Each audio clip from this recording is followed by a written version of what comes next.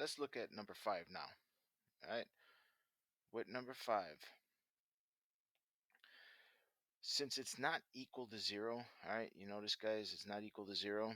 We have to force it to equal 0. All you're doing is adding 7 to both sides. So you're going to end up with 3x squared plus 6x is equal to oh, I just said we're going to force it to equal 0. All right. So it ends up equaling 0 there. And a, b, and c, we start plugging in. Use our quadratic formula. So negative, remember, when you're substituting, always use parentheses. Since we have that negative sitting out in front, all right, let me just remind you guys. All right, since we have that negative sitting out in front here, there's that negative. We have to put that negative in front there. All right.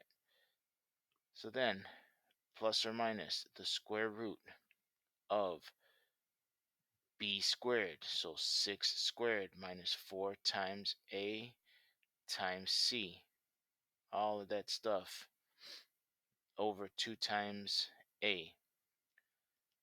All right, so end up with negative 6 plus or minus the square root. You grab your calculator, plug all this stuff underneath the calculator. Right? And plug all that stuff into your calculator.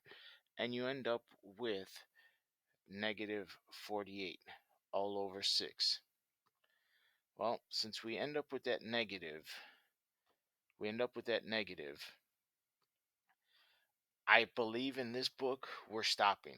But for you guys, you do remember you'd end up with an imaginary answer. You might end up with the I. So you'd grab your calculator and do the square root of a positive 48. You end up with a negative underneath. I mean, excuse me. You end up with imaginary. So I'm gonna stop right there. All right, number 6. We end up with the answer is 4. All right, but what we end up doing, we have to equal the 0. So I'm going to subtract 6x. Well, these are like terms, so I can get those together. So I have x squared minus 8x, and I still have to drag that negative 16 to the other side. All right, I drag it to the other side, it becomes positive. And now it equals 0. I'll let you guys finish the rest. You'll end up with one answer.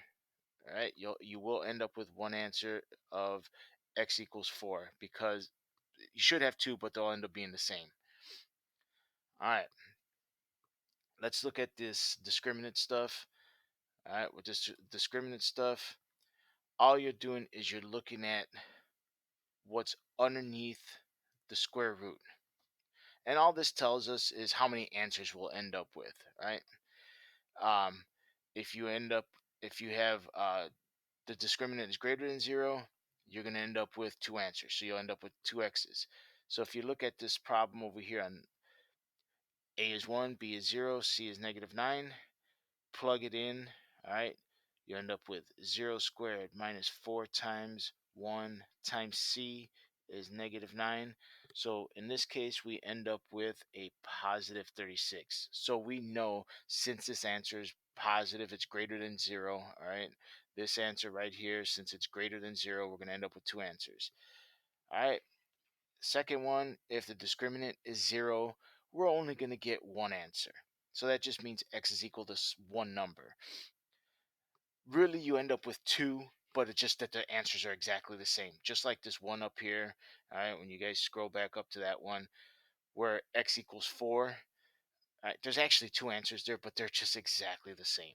All right, so I'll let you guys do this. You end up with 0. All right, for the third one, when it's less than 0, there'll be a negative underneath the square root. This is where the case where you end up with imaginary answers. So in this one here, if you did it, you'd end up with a discriminant that's negative.